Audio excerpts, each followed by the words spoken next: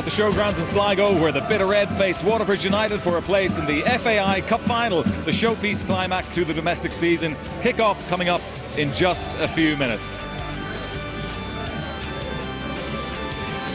And a very good evening to you. Welcome to the showgrounds, where a bang-in form Sligo Rovers meet Waterford United in the FAI Cup semi-final. Waterford, of course, got back to winning ways in the league last Tuesday. Well, first of all, Tony McDonald is with me. And Tony, what a great atmosphere in the showgrounds this evening. Absolutely, Peter. Fantastic occasion. Two clubs that are embedded in the football community, and just football clubs. I mean, look at the crowd here tonight. I'm expecting a great occasion for both sets of fans. Wonderful pitch. Credit to the groundsman, Joe Cleary. Looks fantastic. A little bit of zip on it. Should be a great game. Yeah, and Sligo supporters really have every reason to be optimistic, because they've had a magnificent cup run. Absolutely. You look at the sides that they've beaten on the way here. Cork City after a replay, Derry City, Bows after a replay. I mean, they'll be thinking their name is on the cup this year, but Waterford will have other plans. Well, they will have other plans, but I'm sure that Stephen Henderson didn't want to plan without three key players, but that's what he's had to do this evening. Yeah, it's very unfortunate for him, particularly Michael Devine, their goalkeeper, very experienced player, played in the cup final in the past, you know, and he didn't have a great League Cup final either, so I expected a big night from him tonight. Big disappointment he's not playing. Considering the form Sligo Rovers have been in, I think they've only lost 1 in 15 in all competitions over the last couple of months. I mean, they really are strong favourites tonight, do you think? They are, particularly at home. They're the Premier side, going in with a bit of form. I mean, they were unlucky in the League Cup semi-final as well, don't forget. Paul Cook, a lot of time for him as a manager. One of the most honest managers you'll ever meet. And what's great about tonight's occasion, he's playing against someone, Stephen Henderson, likes to play the game well. Two young and up-and-coming football managers that know how to play football. It should be a great occasion. And I'm looking forward to it, particularly for the fans. Listen to that crowd. Yeah. Yes, there really is a great sense of occasion here at the showgrounds, befitting an FAI Cup semi-final. And right now, we're going to hand you over to our big match commentary team this evening of George Hamilton and Damien Richardson.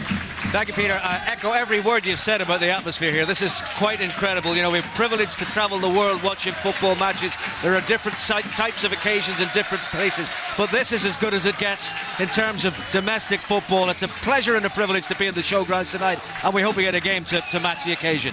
Yes, we're surrounded by Sligo fans here behind us, infiltrated our commentary position, but adds greatly to the atmosphere. Big occasion for the players on the pitch. It's going to be very interesting to see who holds the nerve better. Ultimately, semi-finals are won by the team with a greater degree of conviction. Well, yes, of course, Waterford United, we've heard Peter and Tony talk about it, are coming into this with 3 players suspended and 1 player cup-tied. Paul Cook's team has to be fancied, the Premier Division team. Yes, Paul Cook's team are a very good team, very well balanced team, playing well of late, which is very important. Michael Devine and Alan Carey in particular will be experienced loss to Waterford. But ultimately, it comes down to the players on the park now. The managers have done everything they can. Sometimes it's the younger side, the side with the less experience, that can come out on top because they have no fear in them. And I think Waterford are coming here tonight to enjoy the experience. And what an experience it proves to be. We've got, that's Rafa Cataro, who's the top scorer for Sligo. 15 in the league, 3 in the cup. And if you add in the other goals he scored this season, he's over 20 goals. And beside him, an Englishman, Matthew Blinkhorn. Lethal partnership they are threatening to be. That's the way Sligo will line out, and it's very much the team that their fans would have expected to see. They don't have the problems that have beset Stephen Henderson and Waterford. Of course, those 3 suspensions, Michael Devine, Alan Carey, and not least Willie John Kiley, their top cup goal scorer with 4 of his 17 goals that come in the cup. He's missing, so there's had to be a bit of a rejig around there. An interesting one is that Graham Cummins has been moved back into midfield. Yes, I mean, Graham was originally a centre-half who had great success as centre-forward, can move into midfield, give it solidity. He's mobile, he's strong in the tackle, and he will get forward and cause problems for set pieces, etc. So it's an interesting team selection. Cummins there with 3 goals in the cup in his total of 22 at the top of the Waterford goal scoring chart. Waterford have to go back a long way to cup success. 1980 was the last time they won the cup. The referee tonight is Damien Hancock, and we're all set to go. Sligo Rovers, of course, as recently as 1994 were cup winners, but this is the awful moment, isn't it? I mean, it's 90 minutes away from the final. Yes. But one of them's got to go out. The worst place to lose a cup game is in the semi-final. You're so close, but you're not there yet. Well, here we are just up above Sligo Station in the showgrounds, with a bit of red taking on Waterford, who've made the long trek from the sunny southeast to what is a fine evening in the northwest. Damien Hancock and his match officials are ready to go, and it's Sligo Rovers who play from right to left as we look at them in their familiar red and white. The bit of red they're known as. We'll see how the bit of red gets on against the Blues.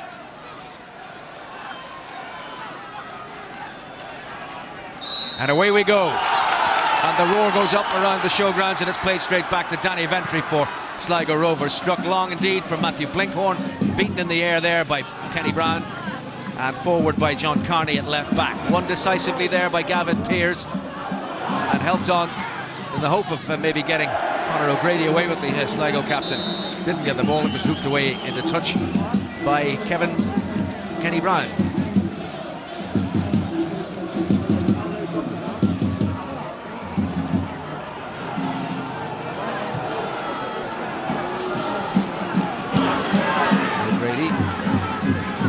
Stand for him once again.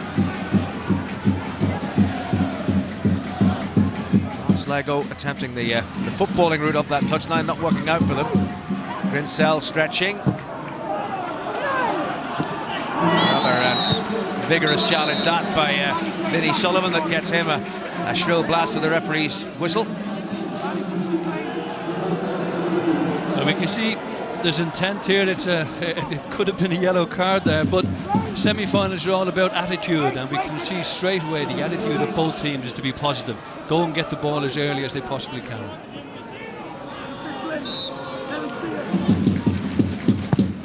The free kick hung up there, not decisively won, and eventually cleared. Should be able to get it right back again. Sligo Rovers with Owen Doyle. Doyle, what a shot! Tipped over by Kevin Burns. First shot in anger, and a fine one it was too from the winger. Excellent play, a right footer playing the left, come inside, Waterford stand off him, and he lets it fly. Keeper makes a very good save.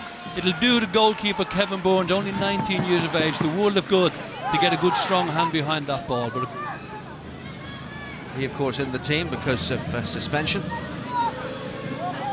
Here's the corner for Sligo Rovers, met decisively. Brian Cash for Sligo, trying to get it back in there.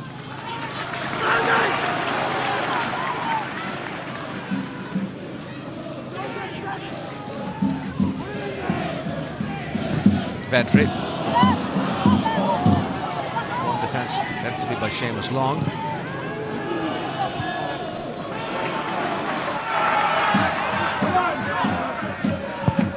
Up the line from Joe Kendrick.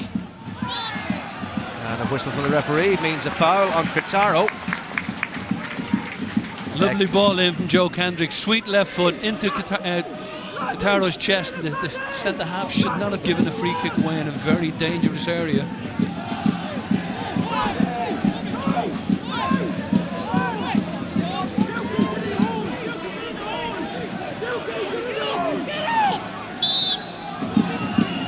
Boko to take the free kick. Didn't get the trajectory on it that he wished. They have a throw. Poor free kick from a man of his experience. All he had to do was put a ball in around the penalty spot. Would have caused great damage. Another throw to Sligo.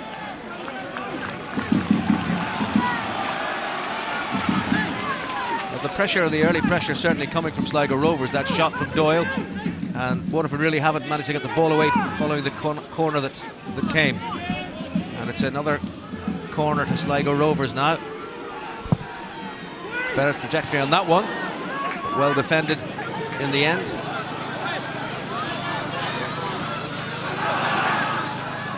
That was Grinsell making a nuisance of himself, but Sligo able to retain the possession. Kane dwelt on that a bit. Kendrick forward. And then it's Kenny Brown to send it towards the front man, Grinsell. Grinsell, control let him down. Danny Ventry's there for Sligo. Quintaro being closely marked by Carney. The throw in is to Sligo Rovers.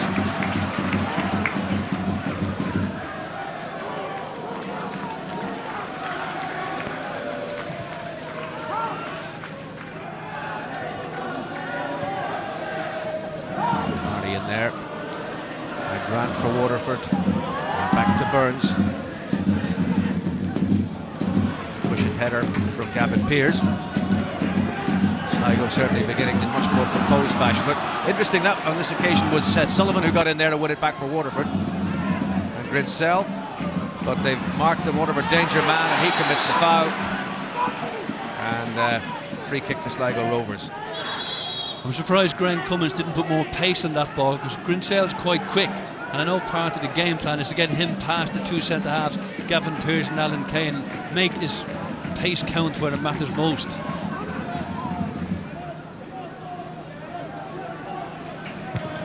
Free kick from Kendrick.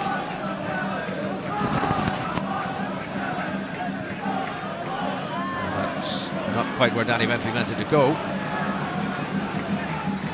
Throw into Waterford. His last appearance in the final, they lost to Longford Town to a goal by a Waterford man, Alan Kirby.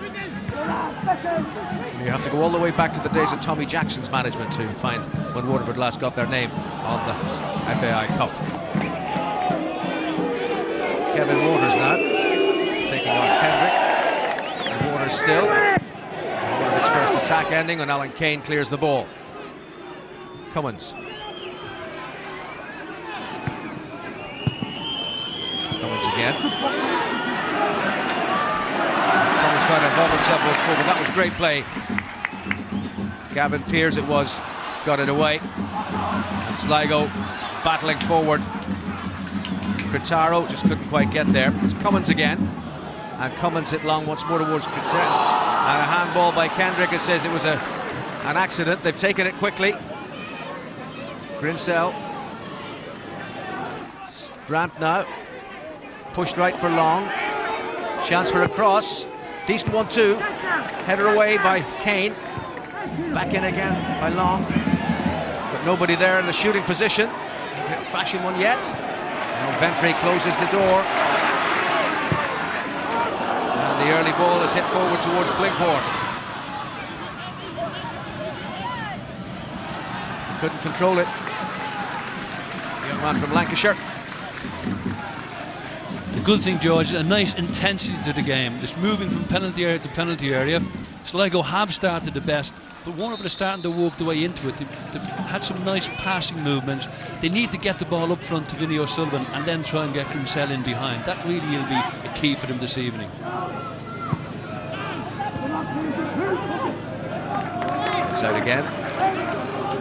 Another Waterford throw.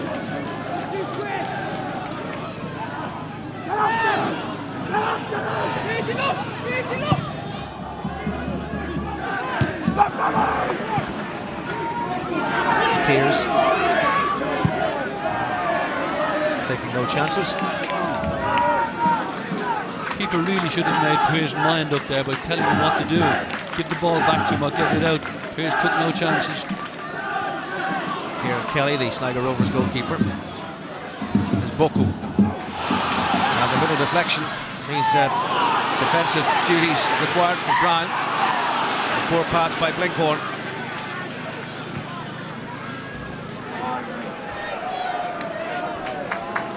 Two centre-halves, Kevin Murray and Kenny Rowan, are quite mobile, so Critaro will have his hands full, even though he's quite pacey himself. That will be a very interesting battle.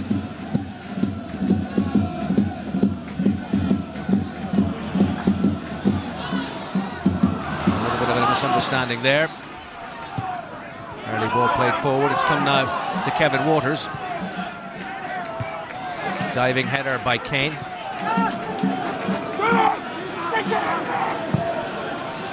One stuck long for Critaro. Critaro beaten to it this time by Kevin Murray. Grinsell crowded out of it.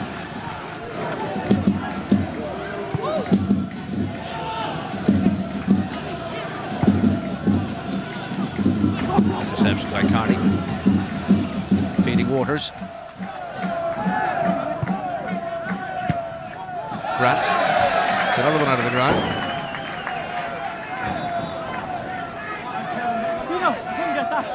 Stephen Henderson, the manager of Waterford United. 10 yards. Head to me. Long distance trip to Sligo.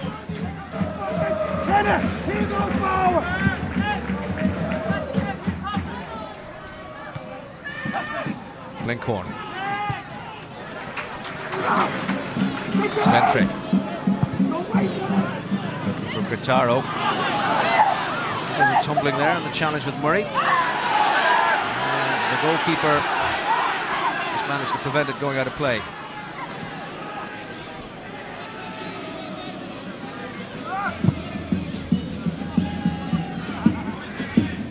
Kane up with Sullivan. Come down for Ventry. It's Carney. And Ventry taking the sting out of it. But that was to nobody frustration. Sligo fans around us. After a good bright start, the nerves will hit a few players now. They will want to play the ball into the other half of the field, perhaps a little bit too early, like that instance there. But it's very important that Sligo get possession of the ball, keep passing the ball, because that's where the talent is based all about. Paul Cook there keeping fit. We see, look at him, looking very good too for a man of his age. Coach and ball boy all in one. He's well, whatever they're paying him here, he's well worth it.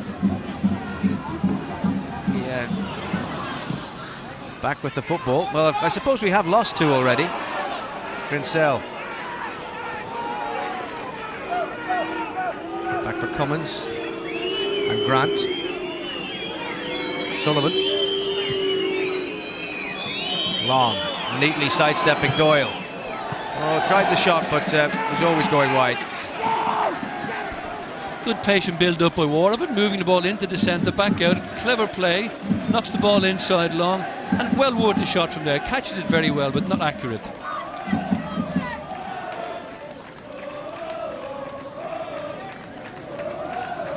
Sligo keeping it quite narrow. The winger Doyle has gone in to press towards that far side. Cash, Ventry. It's Waterford to dig it out.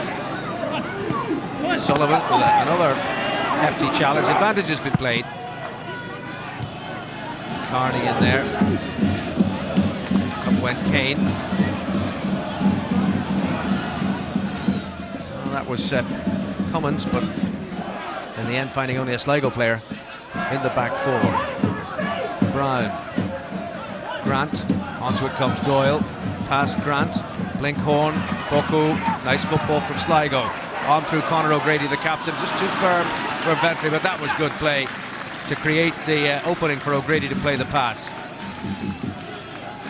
Excellent one-touch football, and the way the pitch is though, it's very slick. The ball has got to go to feet. Lovely one-touch, laid it back here, and he has his pass selected already here, O'Grady. He knows what he's doing, but really should have given it to feet.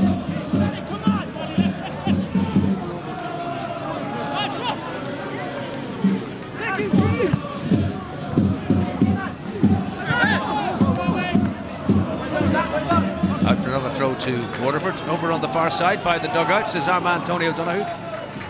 Yes, George, and just to say that there are more Waterford fans in the ground than they expected. They expected about 100, and there's at least 3 or 4 times that, it seems. And they're in an area where a lot of Sligo fans are as well, so they're hoping to try and move them to another area, perhaps by half-time, but we'll keep an eye on that. Well, it's certainly packed pretty tight in here tonight, as Elton John once said in a song.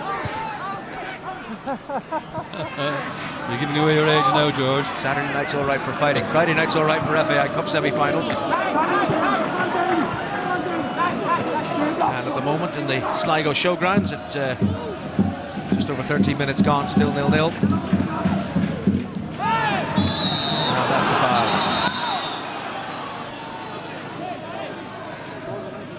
I think this was a fair challenge, both going for the ball.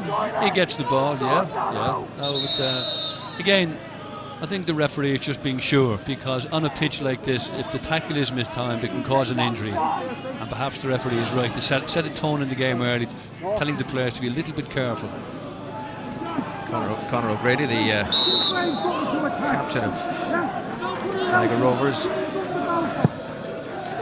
Here's the free kick from Carney. Up went Cummins. Cummins helping it on again then. Pull back for Grinsell. And the shot isn't strong enough to trouble Kieran Kelly. Early release.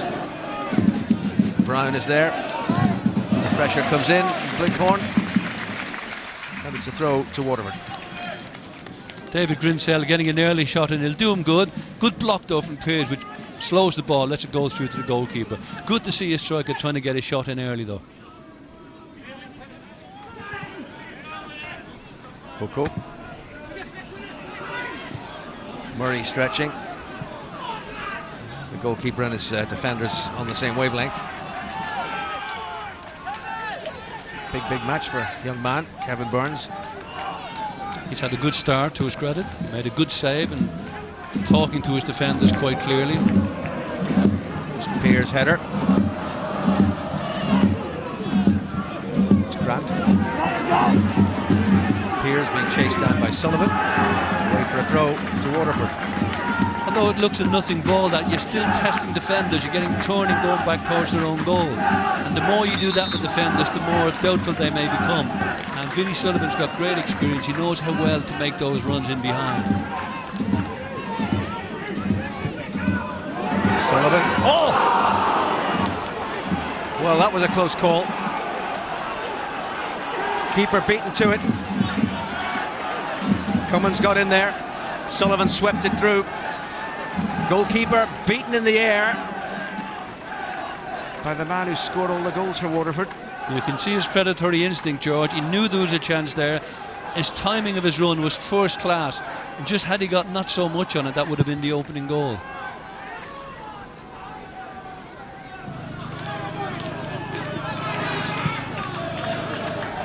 Carney and out. Throw to Sligo.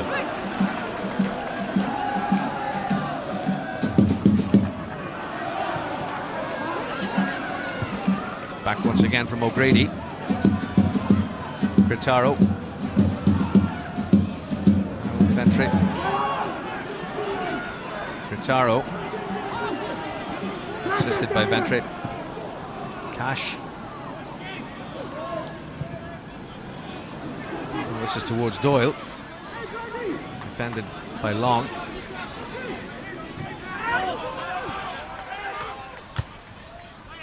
Oh, it's out of play.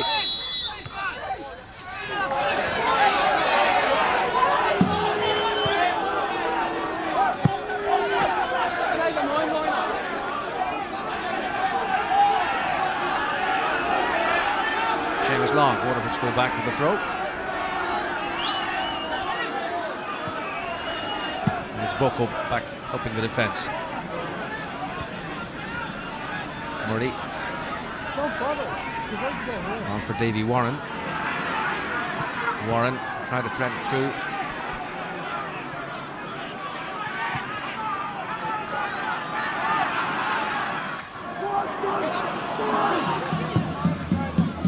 He felt he might have got the rebound, it didn't happen. Offside flag has gone up, he came back, Blinkhorn came back from an offside position to interfere with play. A good decision by the Lions because Blinkhorn moved quite quickly there. But I think Sligo have got to keep the ball on the ground if they're going to get Frataro into the game.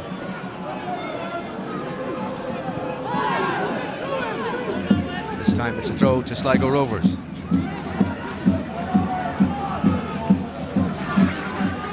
Plenty of football on TV tomorrow night. RT2 8 o'clock, Premier Soccer Saturday.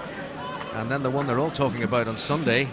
We can see the highlights of that at 9. Liverpool against Manchester United. Liverpool going to be beaten 5 times in a row. And of course, also on Sunday we've got the other half of this epic, which is Sporting Fingal and Bray Wanderers in the second semi-final of the FAI Cup. So Sunday afternoon. Friday night, still scoreless in the showgrounds in Sligo. Kane. Long rising to head. O'Grady holding off his man, who was Cummins. And now Boko. Boko still great pace, but the goalkeeper saw the danger coming and was off his line in a flash. International class about that from the captain of Benin, French-born Romuald Boko. Keeper did very well. Look, his positioning, makes his decision, comes out and picks up an easy ball in the end, but it was a brave and right decision. Boko's involvement applauded by his manager Paul Cook.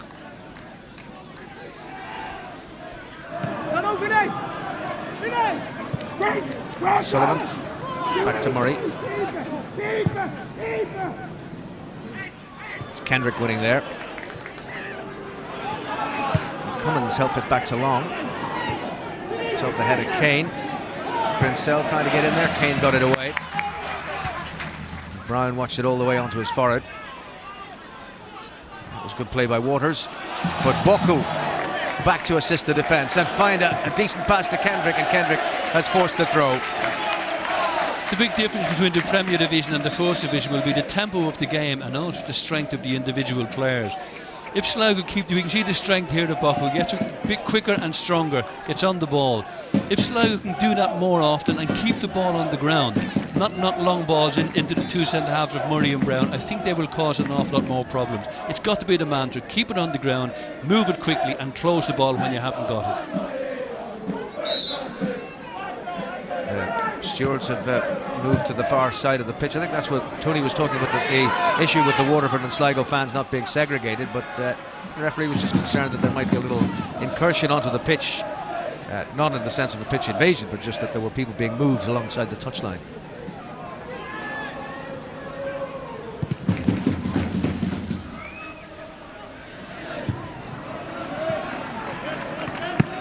News from the Premier Division. Gareth McGlynn has opened the scoring at Inchicore. St. Patrick's Athletic 0, Derry City 1. Which would be good news for Sligo in terms of their league situation, if that would have become a result. And good news for Derry City too, who are having their troubles with their finances at the moment. Boku. Out for a throw. Bucco's surging runs to the middle of the park are starting to be a part of the game now, and it is an integral part of the way Sligo play. He's a very influential figure.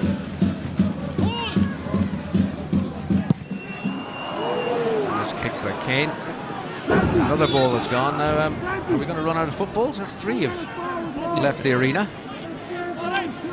The fourth official has a spare one. If in doubt in the semi-final, get it out. We're certainly living by that maximum. Pearce and doing the same again. Waterford to throw in a decent position.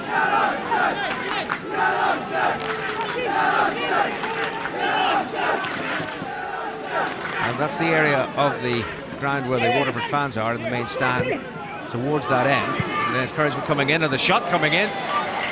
And Kieran Kelly had to look lively. And straight down the middle towards Kataro. But it's Kenny Brown. Wide for Long. Stepping over it was Waters.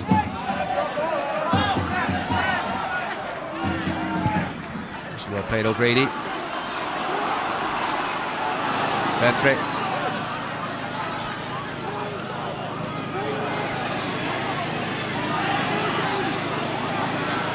Something opening up here for Sligo. Bocco. Swiftness of thought and of deed. Ball on the ground, much better. This way he turns here, creates his own space, let's go first time. Well worth it, good play. Well, this was the chance just before that, the snapshot from Davy Warren. Well dealt with by Kieran Kelly.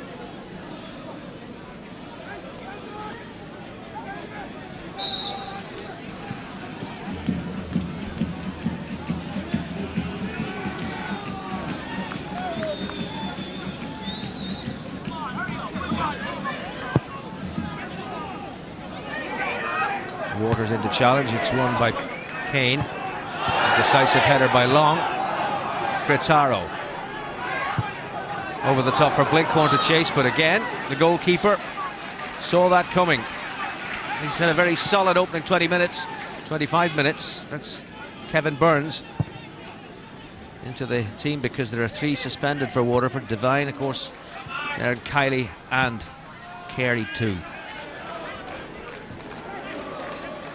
Waters losing out to Kendrick. Sullivan. Waters, first time. Grinsell. And is that a foul? Gavin Pearce. Well, that was a close call. Referee didn't see anything wrong with that challenge. Well, there's something wrong with that challenge. Leading with the elbow, Kenny Brown.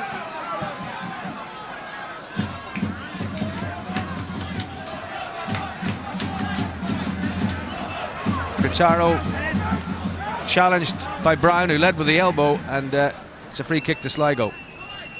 This is the other incident in front of the Sligo goal. Was this a foul? Did Pearce commit a foul?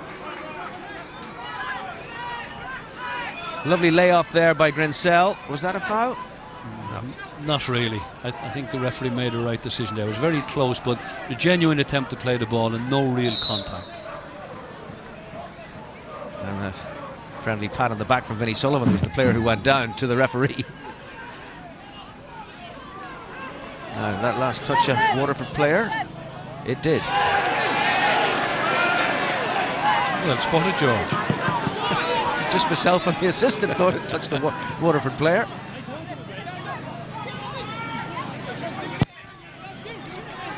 It's not out yet. Up in the air from Grant. Come back to O'Grady. Blinkhorn just couldn't dig it out from in between his feet. That's Pearce. And Brown is up to head it away. Cleverly on by Sullivan. Waters, first time towards Grinsell, but Kane was in the way.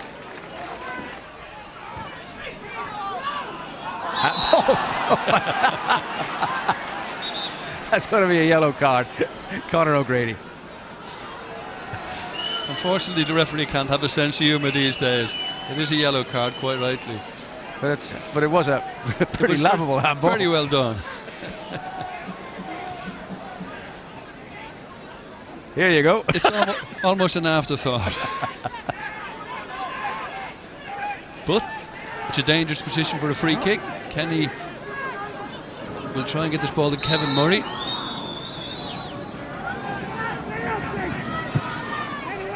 Brown. But ably dealt with by Sligo. Gritaro now. Ventry.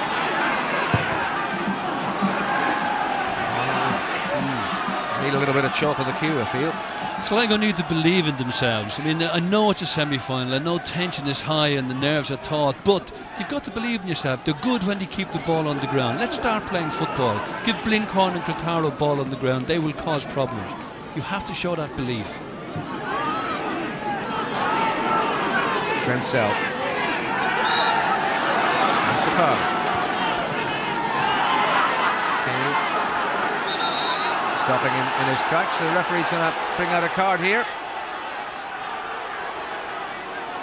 But that card is not for the foul, it's for the comment of Danny Ventry. I don't know whether he touched young Grinsell when he was in the ground there or not, but the referee didn't miss it anyway. And again, a free kick in a wonderful position. Plenty of big people at the back post. Kevin Murray there, Kenny Brown there. They'll be the target for this one. There's the free kick. It wasn't such a good delivery in the end. Vinnie Sullivan rebounded from him and went over the goal line. It's a goal kick to Sligo Rovers. It was a poor delivery. They wanted something better, more patient. Didn't get past, but and yet it almost turned into something good.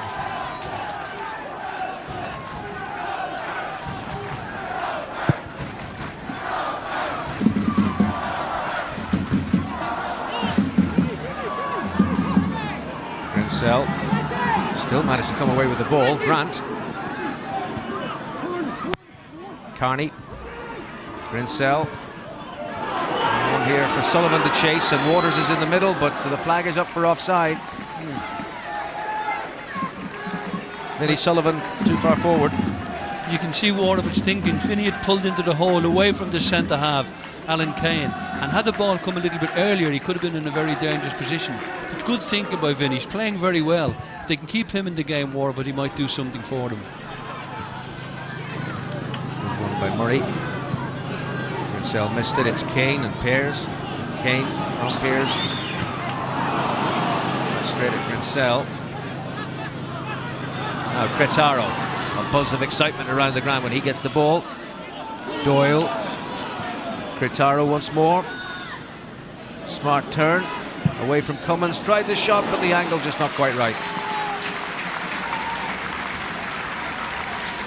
Full of confidence. and he creates space for himself, and it's worth having a shot. He's scoring, but look how many Waterford players are in good defensive positions. They're very happy to see him shoot from that distance out. Really, Cretaro needs to get the ball in the penalty area where he does most of his good work.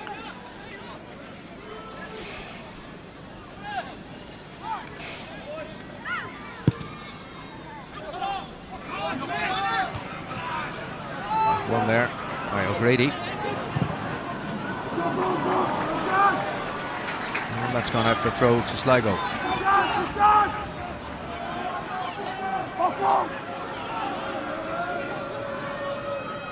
Cretaro. Cash. Harmlessly away. Goal kick. You mentioned a while ago how Owen Doyle was coming in and restricting play. Brian Cash is actually doing the very, very same. So the midfield forward of Sligo are too compact. If they're going to play football and get the ball into the feet of the two strikers, they need the wide players to pull wide, create that space so the ball can come through midfield into the strikers and maybe get the ball wide where they can deliver balls into the box. Kendrick up. And claiming the throw. The assistant's giving it Waterford's way, along with the throw. Princell. Challenged by Kendrick, and it's a free kick that's been awarded. Joe Kendrick, who once had a spell in Germany with 1860 Munich. He ran from Kilcool and County Wicklow, who committed the foul on that occasion.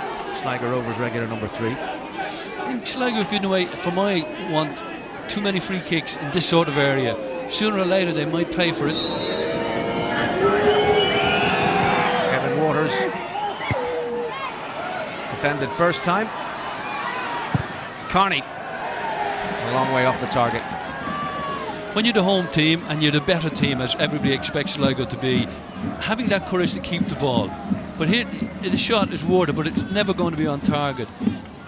But they're giving away too many free kicks, which is a sign of slight anxiety to me. They've got to settle down, show more belief in themselves, much more composure, and start passing the ball.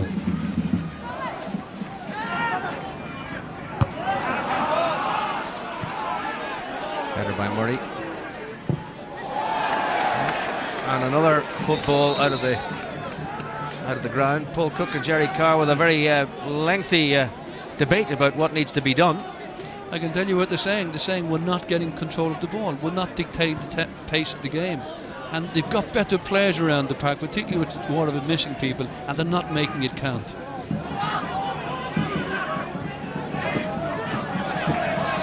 Long.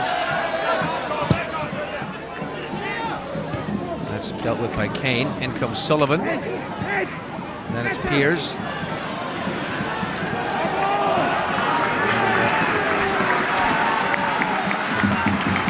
To Sligo. Yes, that's the big match on Sunday afternoon. Sporting Fingal against Bray Wanderers, the second FAI Ford Cup semi-final. 4 o'clock on RTE2, live from Morton Stadium. And then on Monday, of course, all the weekend's matches rounded up, including what's going on tonight elsewhere on M&S regular time, 8 o'clock, RTE2. And just to keep you right up to date, Dundalk, Shamrock Rovers and Galway Bohemians, the two matches involving the top two teams, they're still both scoreless, as we are indeed here in Sligo. So it seems like Gareth McGlynn is the only goal scorer on this Friday night so far. Derry City at St Patrick's of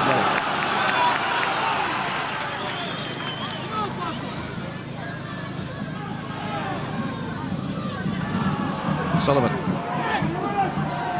Easily dispossessed by Piers. O'Grady. Doyle. Waters, the Waterford player closest to him. Taking it long. And the ball away for goal kick.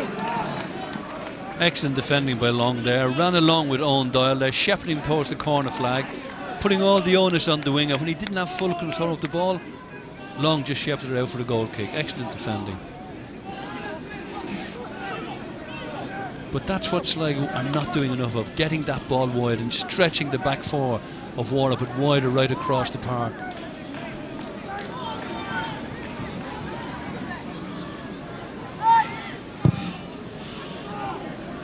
Just over 10 minutes to half time. Helped on by Cummins.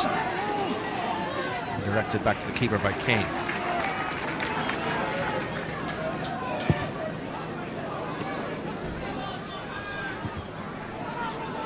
Helped on there by Cash. Out of Ventry. This is the sort of evening the league has been looking for. A big crowd, home crowd, plenty of passion, and yet the players are not igniting the evening. They're not taking the advantage of the opportunity they've got, and it's just not enough to say that it's nerves. There's one by Brown. On by Cummins, chased down by Sullivan, and out by Kane.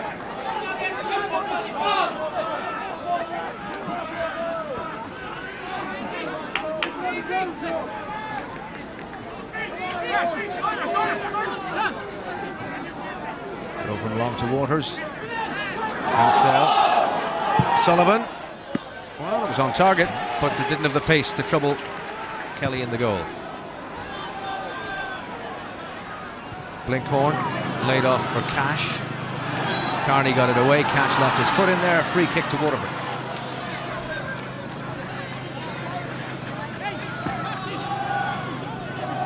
Sullivan's effort. Worth a try. He's proving to be the most potent attacker on the park so far, George. One by Kendrick.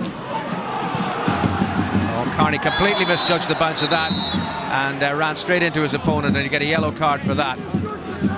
He just misjudged the thing completely and decided he'd take the man out.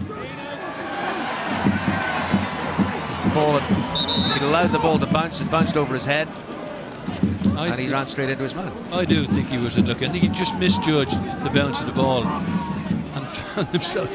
What you just miss it. There's no intent to stop anything. The Sligo player hits him very, very quickly.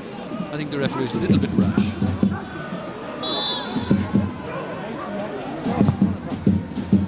Free kick from Ventry. Blinkhorn. Waters away. Grinsell. Played wide from Grant to Waters. He's looking for Sullivan, cut out by Pears. Straight up in the air by Ventry. Two Sligo players go for the same ball. They're fortunate, rebounded to their own man Doyle.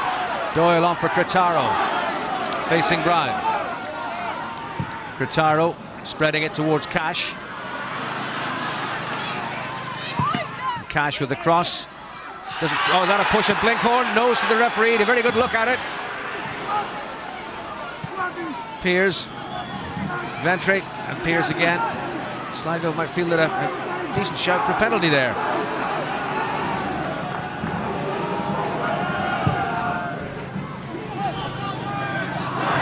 Nice layoff by Blinkhorn. Buckle, Doyle ran into trouble.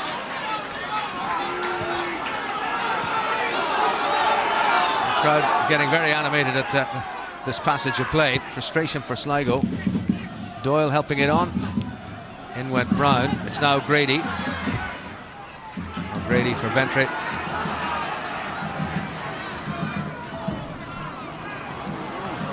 Sullivan working hard to cut off his options. Cash helping it on, but that'll go away for well, prevented from going for a goal kick by Burns. Was this a penalty? No, I wouldn't think so. It was a genuine attempt to play the ball. The arm was across Blinkhorn, but not enough to cause an obstruction, never mind a penalty kick. Blinkhorn is very frustrated. He wants the ball into feet. He's shown himself 2 or 3 times in the last 2 minutes, and not once has had the ball into feet. And he's getting uptight, he's complaining to his players, and he's absolutely correct. The aerial route again from Sligo. Cash. He's won the throw.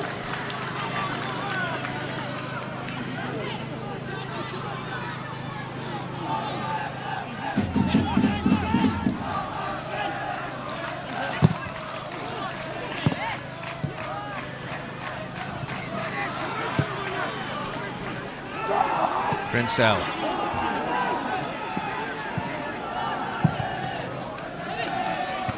Cut out by Pears. Boko, nice turn. And Kendrick.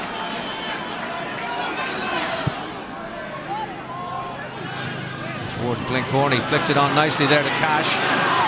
Cash taking on Carney. Carney in towards Blinkhorn, cleared away by Murray. Ventry.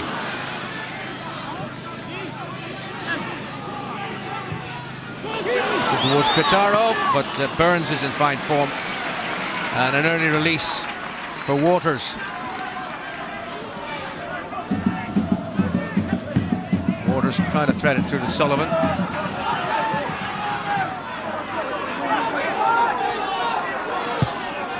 Kendrick, Quintaro. Holding off Cummins. It's for Cash. He's taken Carney out of the equation, but the cross was not good. Cleared away by Murray. Ventry now. O'Grady square. He's gone instead for Blinkhorn. Blinkhorn on the runner.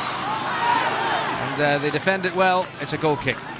But it's better from Sligo. The first time Blinkhorn got a ball into feet and he made something happen. He held it up and laid it in for the runner coming from the middle of the park. We see the ball in here.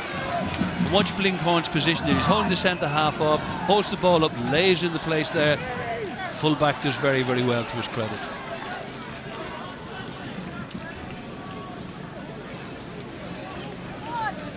Less than 5 minutes of the break.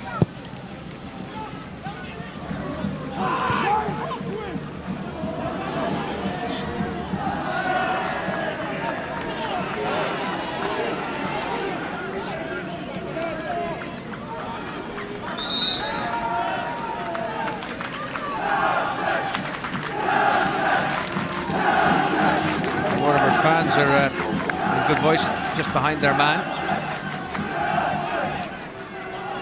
Interesting variety of headgear up there. But I'm not waiting for my dinner from him. Laid back by Grinsell, helped on then by Cummins. Once more, safely with the goalkeeper. And Kelly goes straight down the middle again. Blinkhorn. He lost out to Murray. Grinsell. And now Long. Waters on the wing, through the middle is Sullivan. And Long decided he'd go for glory himself. Maybe ill-advised. Yes, a little bit rash. But worth a go. I mean, at the end of it, we're coming up to half-time, and a goal now would be wonderful if any side were going to get it. But Kevin Money and Kerry Brown at the heart of the defence are absolutely under no threat all the way through the evening, and they need to be put under more pressure.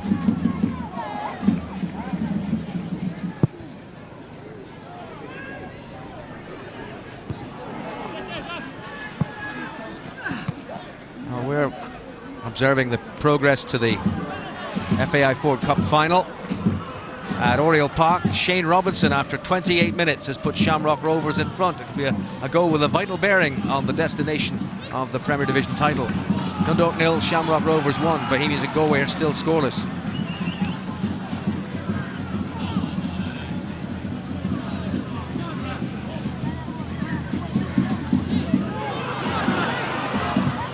Opportunity for a cross from Quintaro that came to nothing. That's Waters leading the charge out for Waterford.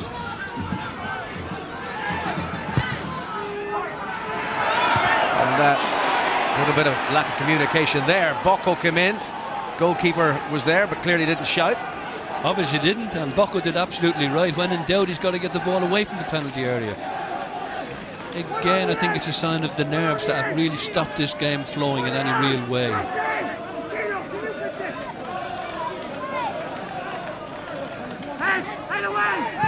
A push there by Sullivan.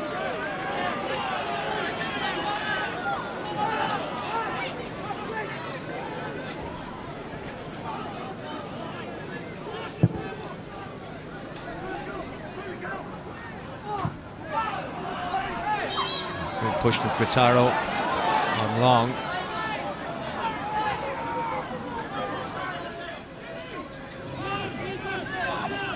It's very important at half-time that both managers do good work, but Paul Cook has really got to settle his team down and demand that they show that belief that's been in their performance over the last 5 or 6 weeks.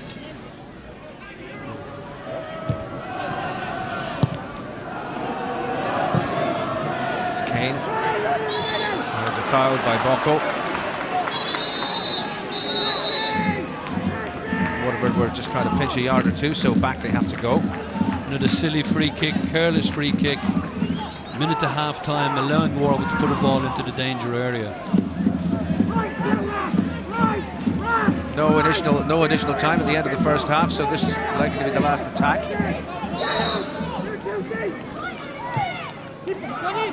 Straight into the goalkeeper's arms. Free kick from Carney. And the whistle about the side. There is indeed the half-time whistle. Well, best chance came early on, resulting in a fine save by Kevin Burns, keeping Sligo out from Boku, but at the end of the half, well, Waterford are much more in it. We haven't had a goal as yet. Half-time at the showgrounds in Sligo. Sligo Rovers 0, Waterford United 0. We'll have first half reaction analysis after the break. Every week, highlights, controversy, and now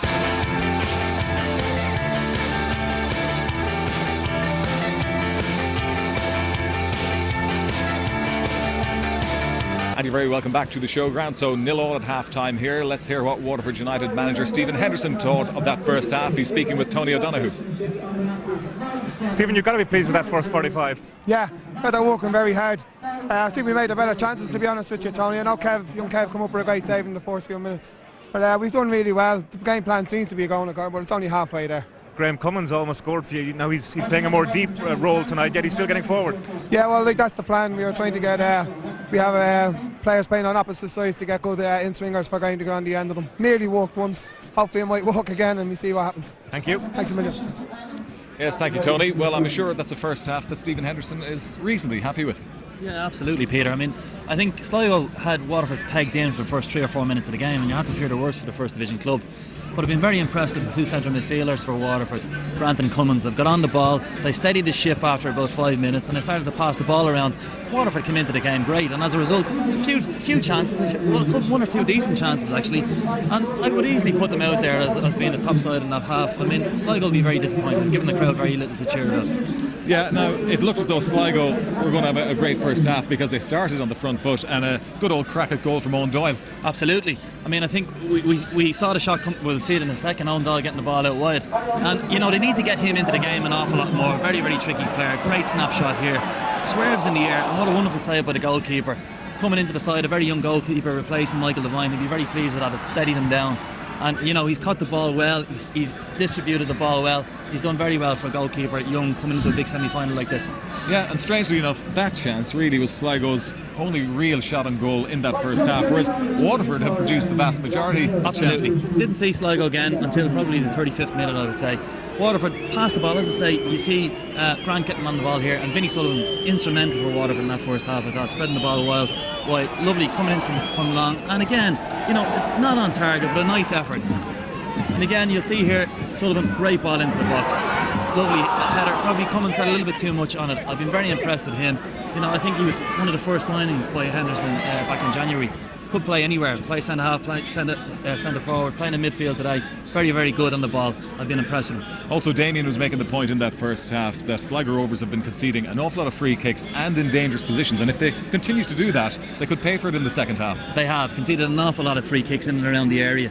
And you know, Sligo have a lot of big players. What I've seen an awful lot from Sligo, which has surprised me, is long balls up to Cotaro. I mean, I don't understand that. Yeah. Very good player on the deck. They need to get the ball down to him.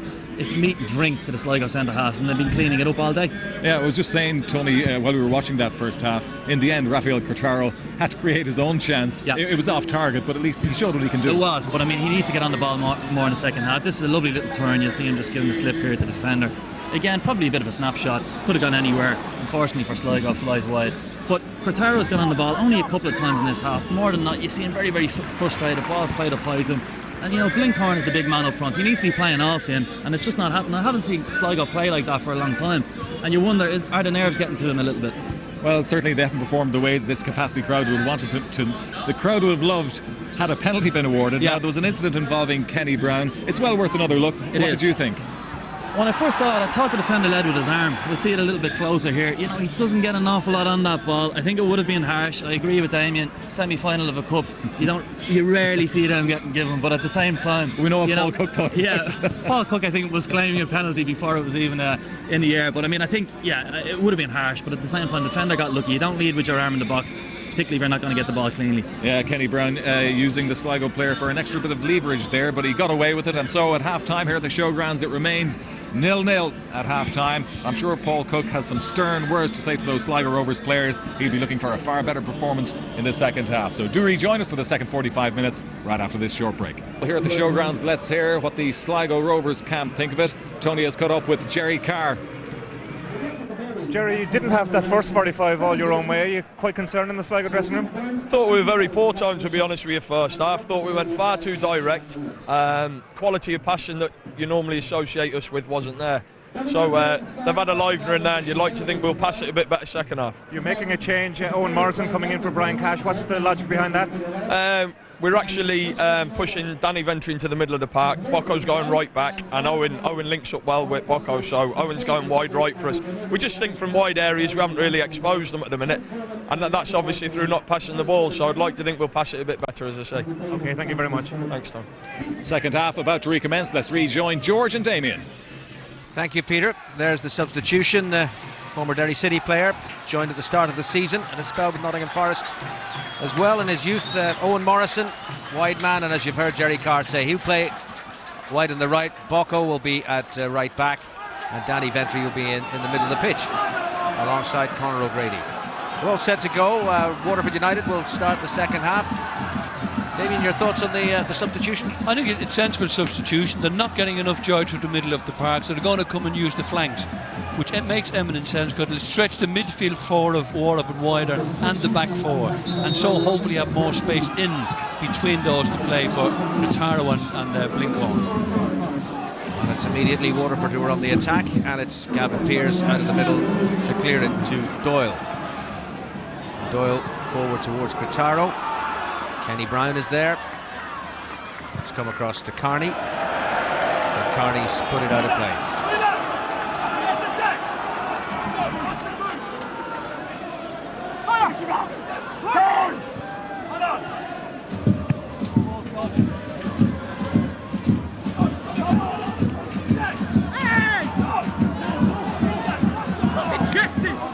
Throw in from Seamus Long. Belfast born right back of Waterford United.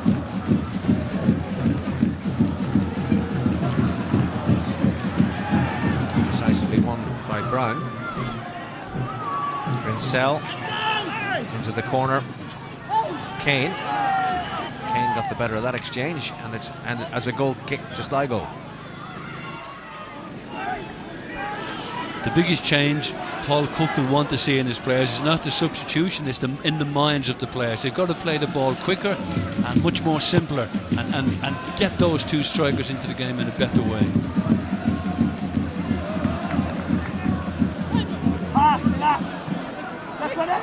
Oh, a little bit of wrestling there. A free kick to Sligo Rovers.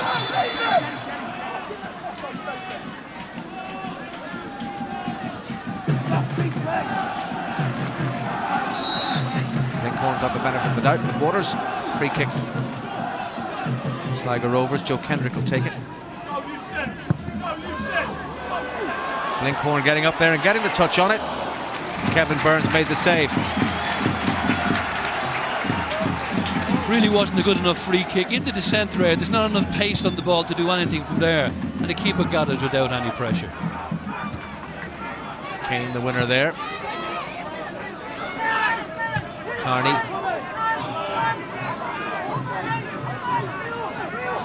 This is for Warren. First time ball into the box, but nobody there.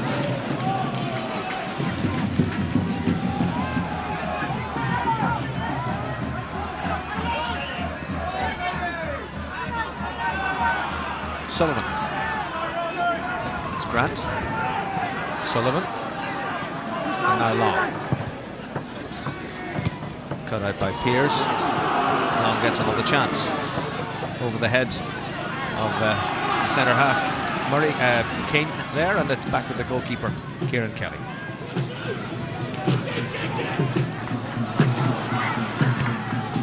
Clearance by Carney. Waters losing out to Kendrick. Waters long for Grinsell, and Pearce is with him. Gavin Pearce with the challenge that brings the ball back for Sligo Rovers. Cretaro, and then O'Grady. Cretaro again, losing Kenny Brown. Tony O'Donoghue has news from the touchline. Well, just talking to a lot of disgruntled Waterford United fans at half-time, discommoded as well, because that section that they were put into that was assigned to them. A lot of Sligo Rovers fans there as well, and they've been moved, the Waterford fans, to behind the goal that Waterford are now defending, but they're not very happy about it.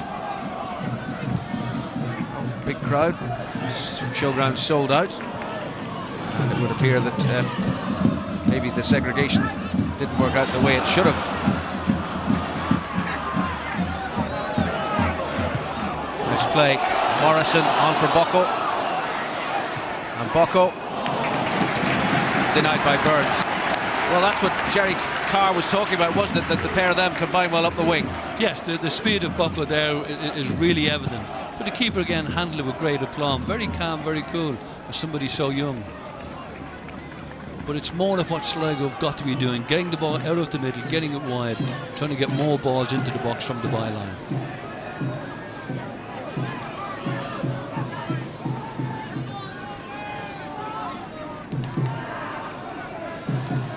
That's no trouble for Kieran Kelly in the goal.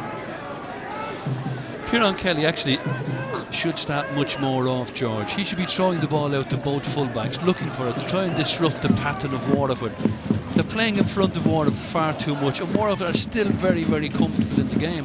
And as long as this stays like this, Waterford will be very, very happy.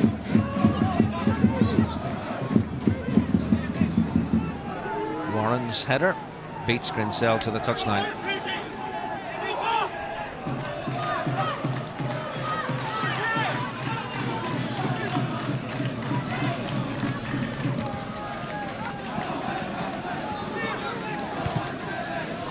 Forward by Brown.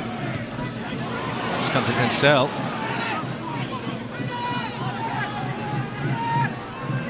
Brown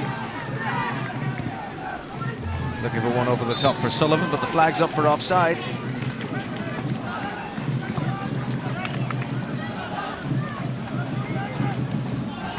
Steve will be very, very happy the way they've started the second half, the same vein as the first half. Nobody panicking, everybody doing the job, sticking to the game plan, and so far it's a very, very good game plan.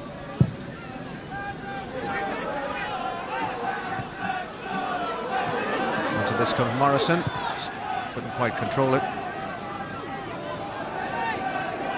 Sullivan. Warren. Grinsell beaten to it by Kane, and it's now Bocco. Warren cut off the pass up the line. And this kick by Kieran Kelly. Kane. Cretaro.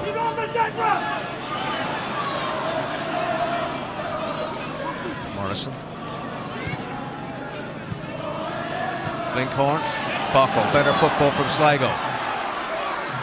Bocco's cross. Well defended by Murray, but the threat was certainly there from Sligo. They began to string the passes together. Meanwhile, Vinnie Sullivan has handled the ball.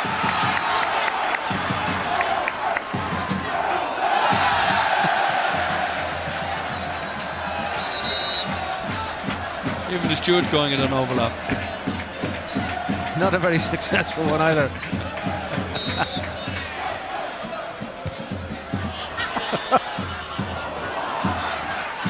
Well, spare his blushes. I think he had the wrong footwear on. Slippers don't really go well on this pitch. He'll never live that down, will he? He'll love it. He'll love it. He'll drink for the rest of the week on that. At this point, I should say hello to Jack O'Kelly and Francis Keaveney, two Sligo stalwarts are in the National Rehabilitation Hospital in Dunleary at the moment. I'm sure they're watching this and they'll have had a laugh at that. Now that message comes courtesy of the groundman, Andy Kiernan. The groundsman, I should say. A fine Sligo pitch here that he and his team have put out.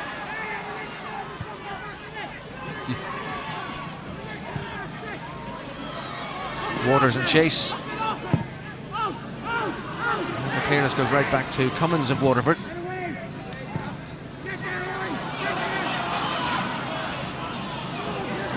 Carney gonna have a go. Oh! And Kelly had to go full stretch. Grinsell, chance. Handball, no handball, cleared away.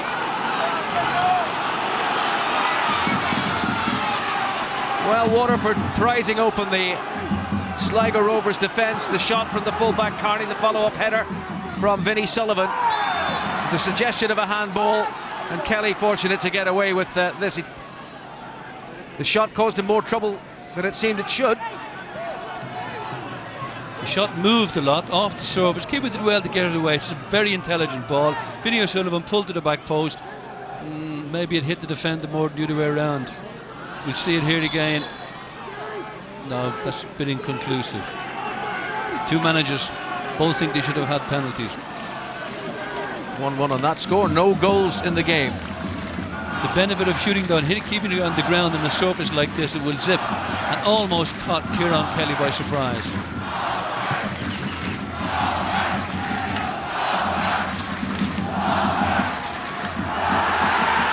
A bit of a tangle there, ends in a free kick to Sligo Rovers.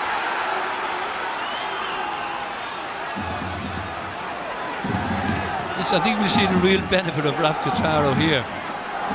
This is the nuisance he can beat the centre halves. He gets right in under him there and gained the free kick in a very, very good area. Kataro leaves the scene of the crime, can take up a position in the centre of the penalty area. And here's the free kick. Drilled in there. Oh, that could so easily have been an own goal. I don't think Long knew too much about that. First corner of the second half. Sligo Rovers. Hit him with great pace. This could have gone anywhere and off anybody. Short corner. Header away. Oh, and Kendrick got right underneath that.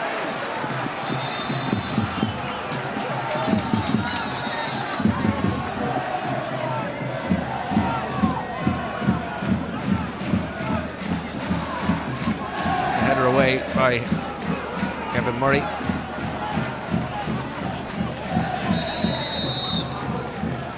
Long can smile about it now. He can. Two deliveries into the box. One struck with pace that caused havoc. The ball hung up in the air, which is a gift for someone like Kevin Murray. So Sligo should learn from that and put a lot of balls into the. If they're putting into the box, put them in with great pace and ideally not in the air. Another change for Sligo Rovers. So they've taken off Danny Ventry. Richie Ryan takes his place.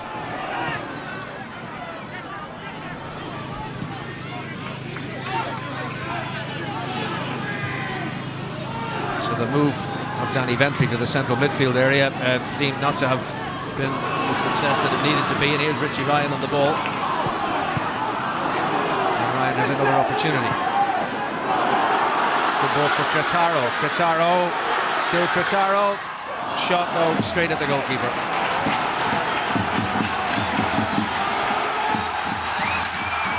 You can see Richie Ryan's instructions. Get it to Kataro. Turns well. Keeper handles this very well. A difficult ball bobbling along the surface. Gets his full body behind it. Offside. Offside. Urgency about Sligo Rovers now. They've upped their tempo.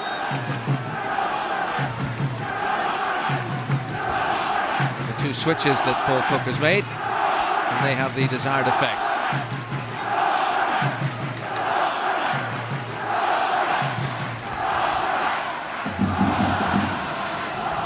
Flick on by Waters.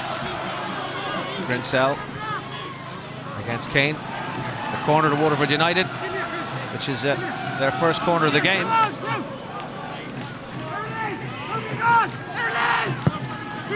Quickly taken corner. Kelly's underneath it in trouble. It's a free kick.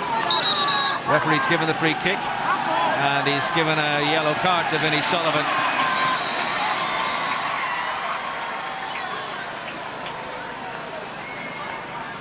Vinnie Sullivan with the challenge on the goalkeeper that the referee said was a foul. I think the referee implied it was a handball.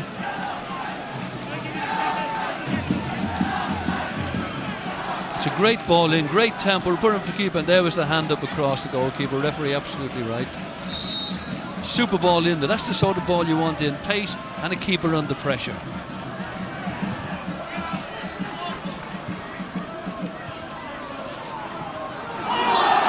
Another handball. Seamus Long.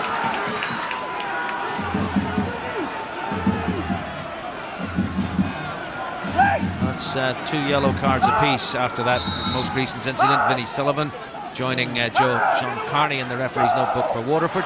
Danny Ventre, who's left the pitch, and the captain Conor O'Grady, the 2 Sligo Rovers players who've been cautioned.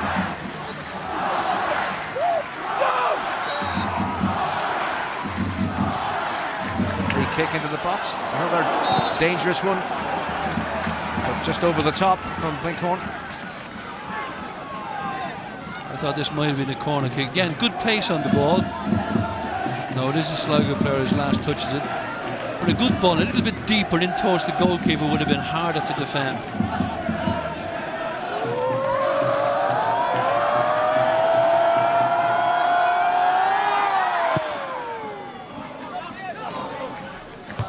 Bocco challenging Warren.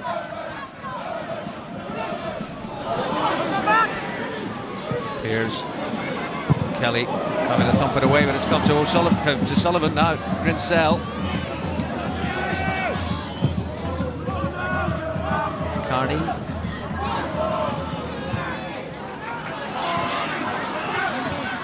Blinkhorn. Carney descended back again.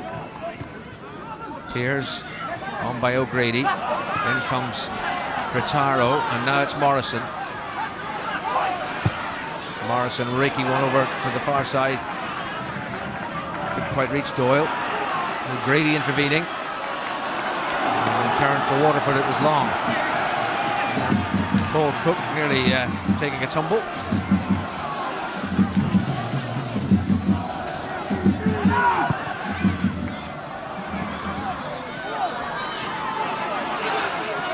Doyle, past Long. Gritaro, Blinkhorn, fine save. Fine save by the young goalkeeper. Still there for Sligo Rovers, and it's put out of play by Kevin Murray. Great turn. What's the keeper? It's absolutely brilliant goalkeeper. Out of the edge of the 6-yard spot, narrowing the angle. First class. Morrison's going to take this corner. But certainly the game opening up and Sligo creating some chances. Morrison's corner. And that last touch, the Sligo head. Curled into the near post. Piers rose. Piers put it out. This is what led to the corner. Gritaro. There's the turn. Morrison it was, not Blinkhorn. Hits the target. But the keeper does exceptionally well there.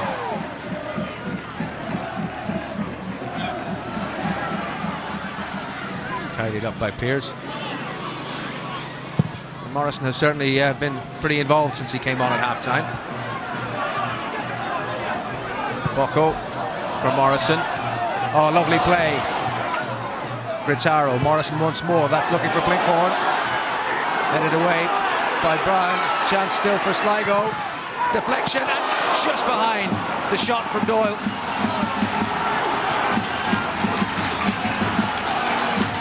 Sligo turning the screw.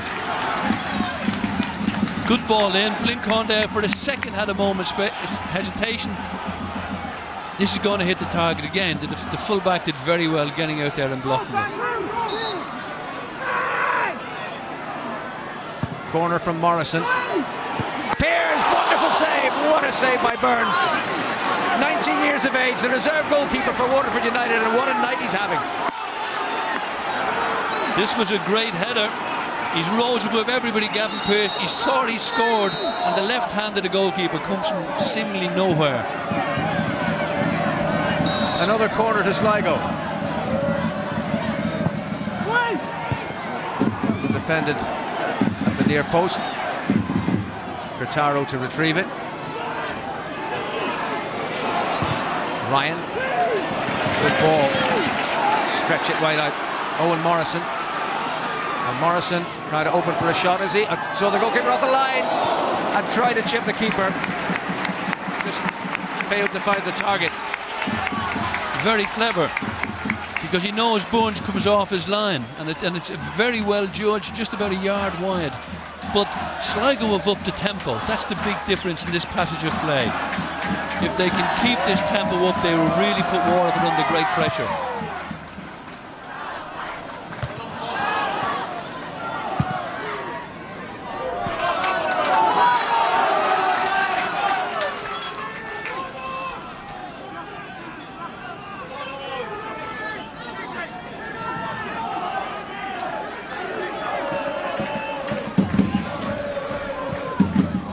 Big goal at Terryland, 61st minute. Paddy Madden has put Bohemians in front.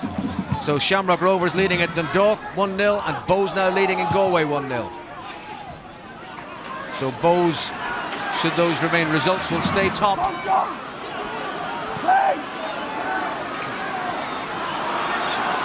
Stoyle, Gritaro did well to hold on to the ball. Oh, is he fouled? Shot just wide from O'Grady.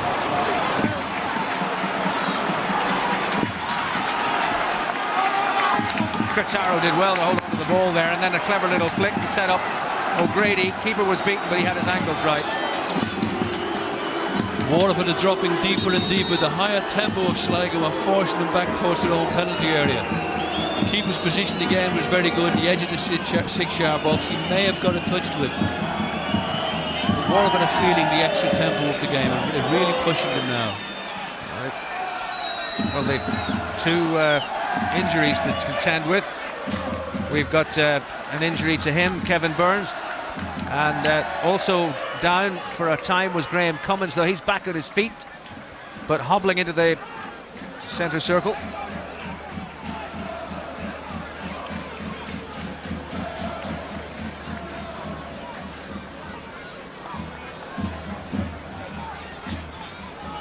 Well, their regular goalkeeper suspended, and now their substitute goalkeeper is injured.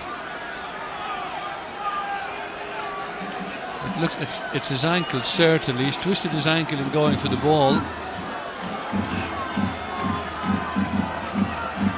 The young man's had an eventful evening. I think he'll be all right. He won't want to go off, that's one sure thing. But he's played very, very well. Here's one of his saves. Magnificent evening for Kevin Burns. It's Gavin Pear's header, and he put it over the top. He's just a young man, local lad, 19 years of age. Played for Seaview Celtic and Tremore FC before getting a place in the Waterford United under-20 team. And here he is, the semi-final of the FAI Ford Cup, and he certainly kept Waterford United in the game. He's back on his feet in his position in goal. It's Morrison. Lovely footwork again from Morrison. Morrison, oh, what a ball! But the header just wide. Blinkhorn got in behind the defence. Morrison looked up, saw him make the run, put the ball in the area, and Blinkhorn came in. Super ball into the space behind Kevin Murray. Blinkhorn just cannot get on the end of the ball properly, but that's the danger area, because the centre halves, Murray and Brown, have now been broken up consistently.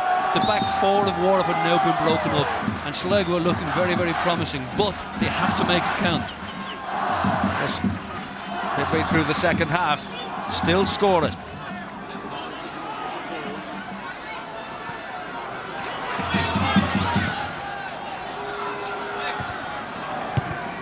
Back again towards the Waterford danger zone, cleared away. Grinsell was offside, and another big goal in the chase for the League of Ireland title, and it's swinging Bohemians' way. Chris Turner has equalised for Dundalk. Dundalk won, Shamrock Rovers won just after Bohemians took the lead in Galway.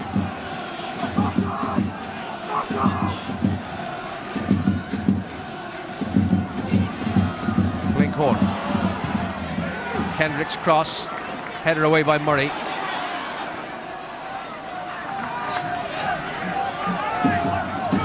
Pears. And Morrison. Morrison, those sparkling red shoes, seen to good effect since he's come on at half-time. Looks so comfortable on the ball, and there's one towards Quintaro. Defended, as well defended by John Carney. Watch the flight of it all the way. But Morrison really has made a difference for Sligo Rovers. This is Quintaro and Bocco. Quintaro. Not a good delivery. Bocco taking over. O'Grady. Bocco. Now to thread it through to Quintaro. Cleared away by Carney again. It's come only to O'Grady. Sligo haven't penned in now, but they got to make it count. It's Bocco. And Carney got there ahead of Quintaro, and Quintaro fouled him. And Waterford breathe again. It's a free kick. Sligo have got to keep this tempo up, keep Waterford penned in, keep the tempo so high that Waterford can't even get a breath. And if they allow them out of their own half, they've got to get back in there as quickly as they can. It's a very impressive passage from Sligo Rovers. The key now is to keep it up and make it count, as we say. Bocco beaten by Waters. Bocco wins it back. And there's a foul on Bocco. It'll be a foul by Bocco. It'll be a free kick to Waterford. Maybe the foul was just by Gavin Pearce before Bocco intervened. The referee got that right. Didn't see much wrong with what Bocco had done, but the foul had already been committed. And again, a careless free kick to give away and allow a ball into a dangerous area.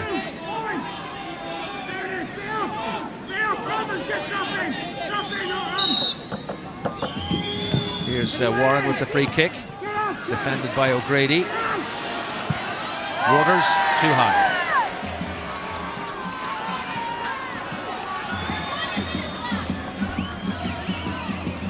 Not a great ball in again, not behind the defenders, not between the defenders and the goalkeeper. They deal with it quite handily. And then there's a bad shot by Waters.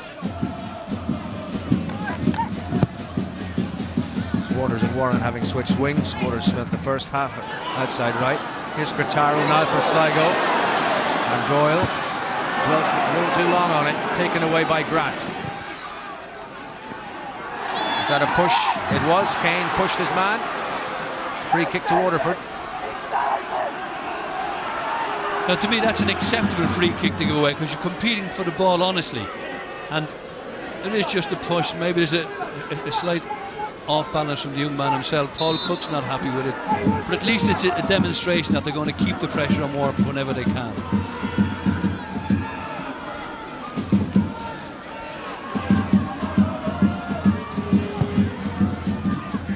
Free kick taken by Long. Helped on them by Cummins. But Sullivan couldn't get there. Kelly going to send it straight down the pitch towards Quintaro. Murray made the header for Waterford United. Now it's Bocco and Morrison. Morrison away from Carney. Quintaro. Warren got in the way. Quintaro still battling on. Waters can't keep that in play. Throw to Sligo Rovers. Waterford are feeling the pace, George. A few of them are just stretching the legs. They're not used to this tempo and this style of play where they're moving from wing to wing now. Richie Ryan and Morrison have added greatly since they came on, and the game's at a very important moment, I feel. Morrison, Bocco still. Quintaro didn't seem to read his intention there. Murray. They defended it well enough in the end, Sligo. Pearce on the ball now. Ryan. Pearce.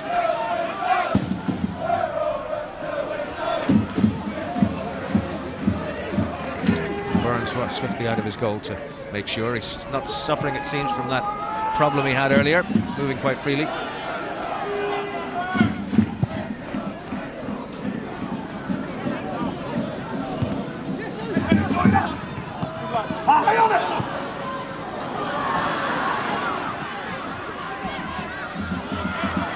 Away for the throw.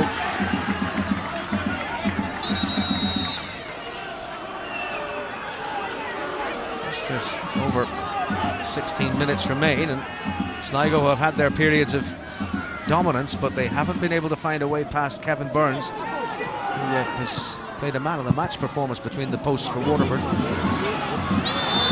It's a foul against Cummins. A great run from Cummins from the middle of the park, George. A 40-50 yard run. He almost got him, but I think Alan Kane did very, very well there, getting his body between the ball and the attacker.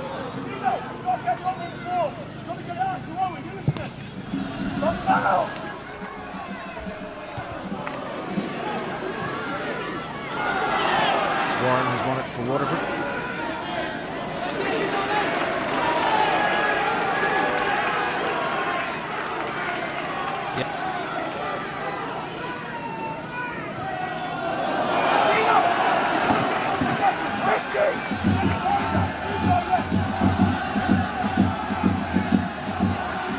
That's going Bohemians' way in Terryland. Paddy Madden's got a second. Galway 0, Bohemians 2. And at Oriel Park, it's Dundalk 1, Shamrock Rovers 1. Doyle. It's Waters.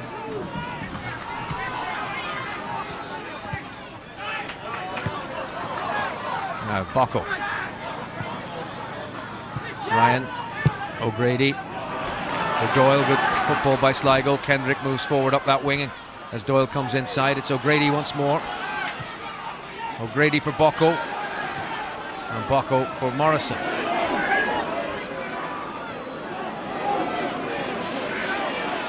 Morrison over the head. A break well, and it's there! Matthew Blinkhorn finally beats Kevin Burns.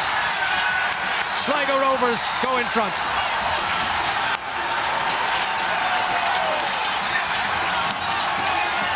Owen Morrison, the substitute, cutting in from the wing, hoisting the high ball, and Blinkhorn getting away from his marker to head home. Sligo 1, Waterford 0. Wonderful goal. Wide wing play, getting the ball in. Great ball to the back post. Blinkhorn attacks it and rises superbly. Gets plenty of power on the ball. But it hangs it up nice little bit of pace on it, but Blinkhorn puts more on it. Keeper no chance in that one. But it's just what Sligo needed, because they've had dictated play for the last 10-15 minutes and they needed to make it count. Now they've not got to pass her up, they've got to keep the tempo up and put Waterford to the sword if they possibly can. Well, it's a while since he scored one, but that was a terrific goal in 75 minutes. Sligo Rovers' persistence has paid off, and Matthew Blinkhorn has got the goal that takes them a step closer to the final in Tala. This is Bocco. Carney out for the throw. A real test for Waterford now, test of their belief, their courage and their conviction. They've got to hang on to Sligo for the next 5 or 10 minutes and then see can they come back with something of their own. The showgrounds is singing. Gritaro.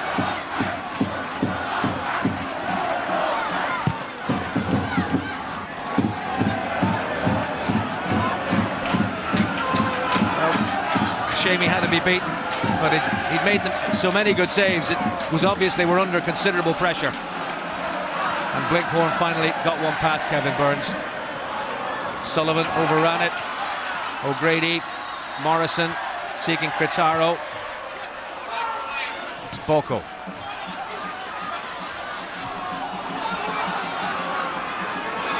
Less than a quarter of an hour for Waterford to regroup and get themselves into the kind of momentum that might get them an equaliser. Bocco. Critaro chasing. Burns out of his goal. It's his.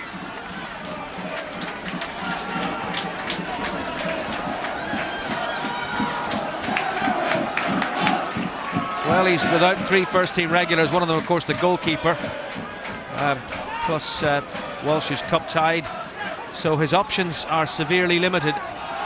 And through the league, this is their 42nd match in all competitions this season.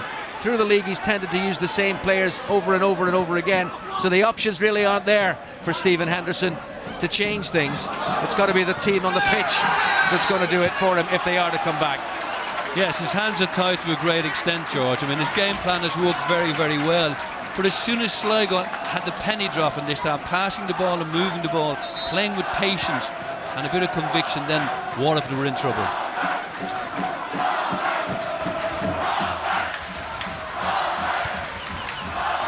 Sligo don't need to do anything other than retain the possession, keep Waterford away from the danger zone.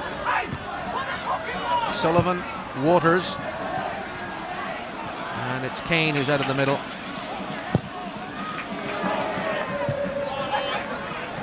Morrison, Bocco, and foul by Sullivan.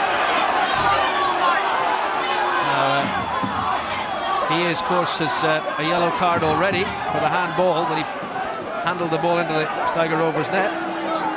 There's no yellow card at this occasion. I think rightly so. It's the difference in tempo in the Premier Division and the First Division. Bocco is a quality player. He moves away from Vinnie Sullivan very easily there, very quickly. And Vinnie Sullivan is just late. There's no malice in it.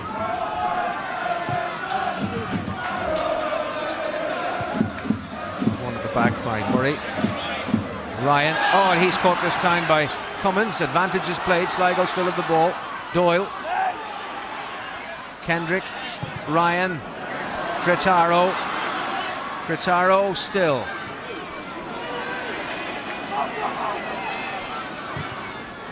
Doyle. Just wouldn't come out for Cretaro. Now it's Sullivan. Sullivan for Grinsell.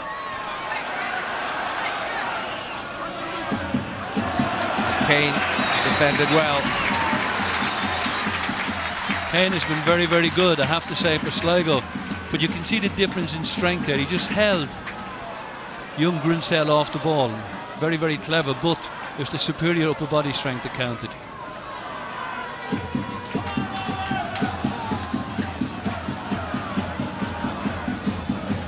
Waterford are going to make a change. Gary Dunphy is going to come on, but not just yet.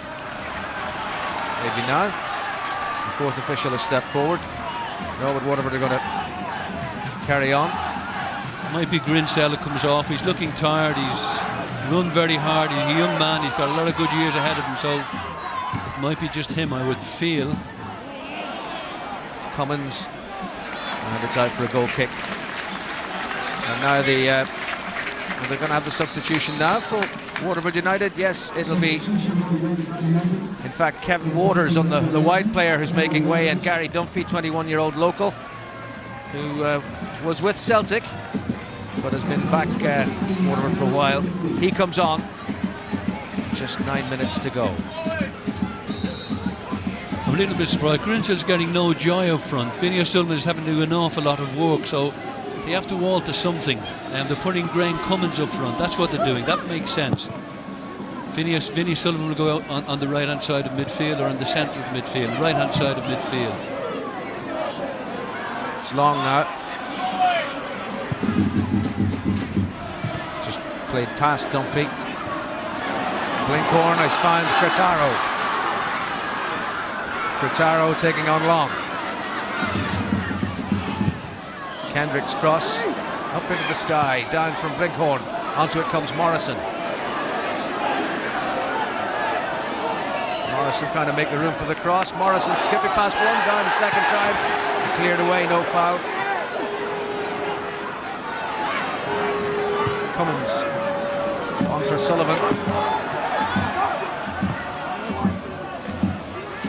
Turned into a foot race, but Vinnie Sullivan was never going to get the better of Joe Kendrick like that. Owen Morrison, some lovely trickery here, and then away from his man. Couldn't just beat the second one.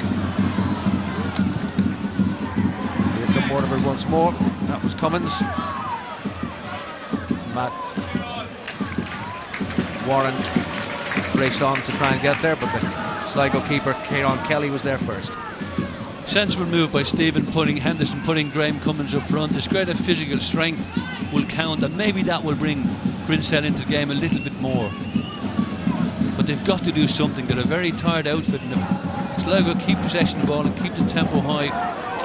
Waterford have a big battle in their hand. And the clock is against them too. Just over 6.5 minutes of the regulation 90 to go.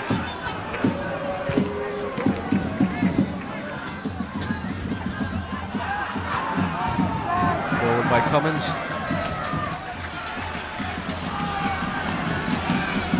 More problems for Stephen Henderson. Seems that Grinsell is carrying a bit of a knock.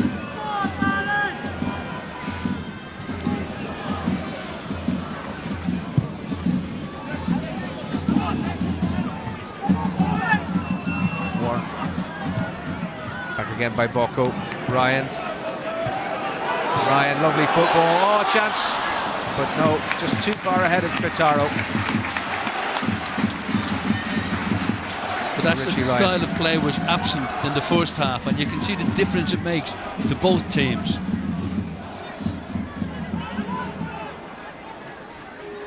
Kendrick will let that go out. Waterford are going to replace David Grinsell, who has, it would appear, taken a knock. Declan Woodgate, another of Waterford's English contingent, will take the place of David Grinsell. Sorry, Tony, go ahead. Tony, that's for you. Oh, sorry, George. Yeah, just heard from the Waterford bench. Vinnie Sullivan is going to go up front now, and so Woodgate will play in midfield, probably the right-hand side, but they're going to put Sullivan and Cummins up, so it's all or nothing for Waterford. So change is rung. Grinsell off. Re-scoring forward. Waterford with the final 5 minutes approaching. We're in the final 5 minutes. Have now just got to chase it. It'll be nerve-wracking 5 minutes for the home supporters and the team, unless Sligo start to get hold of the ball again and take the sting out of the game. But Waterford will give it a real go. Now that was Kane, forward by Long. It's Cummins now.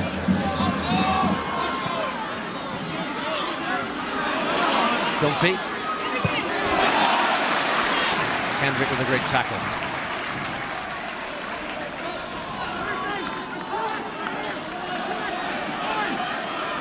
Had a spell with Drogheda when he came home from Germany. Clearance by Kane. O'Grady, lovely control by Blinkhorn. Doyle.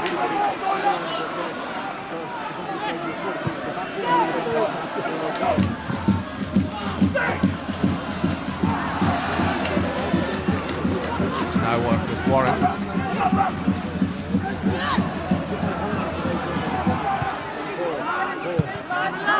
And out from Kendrick again.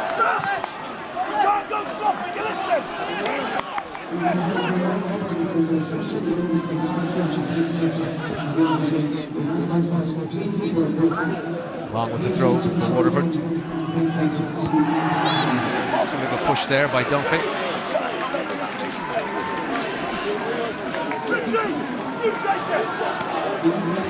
Free kick to Sligo Rovers.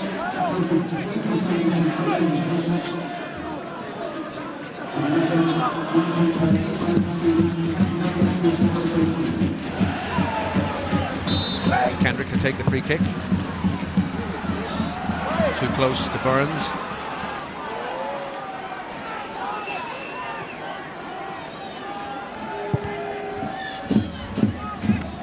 It's on by Woodgate. In went Bocco. Grant.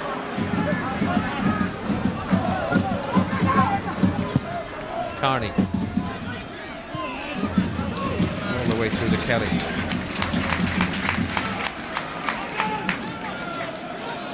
If Sligo keep the concentration here, they can see the game out. They don't look like conceding a goal, but it's important that nobody makes mistakes. They keep the shape and ideally get hold of the ball. Too high for Blinkhorn. Long goes after it. And high into the night sky.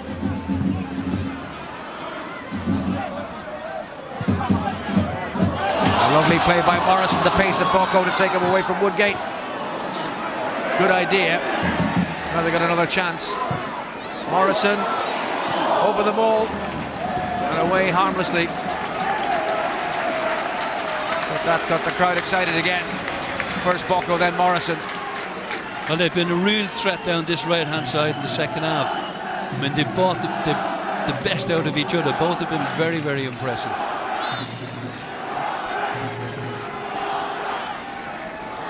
Kendrick will take the throw. And a free kick against Sligo Rovers player. Blinkhorn for backing into his man.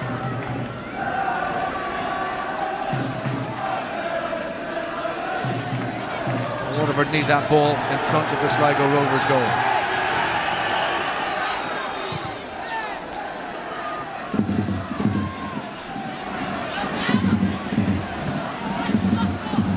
Forward by Bocco. Firm head of Brown. Kendrick. Interception by Grant.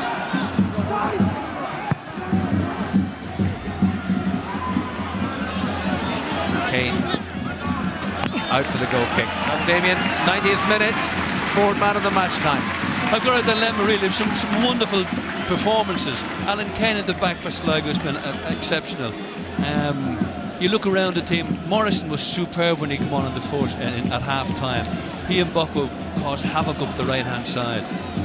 But I think really Blinkhorn has been, for me, the forward man of the match, because he scored a goal in the semi-final. He was very frustrated in the first half. He never gave in to that frustration, and he's always been a thorn in the side of that Waterford defence. Kevin Blinkhorn is the forward man of the match and also the scorer of the game's only goal in the 76th minute, which is the one that looks like sending Sligo Rovers to the FAI Cup final. Manager is pleased with that decision. He doesn't want to detract from what's on. He doesn't want the players' concentration upset, not a crowd. He knows this is a very important stage of the game. He won't give up until he hears that final whistle.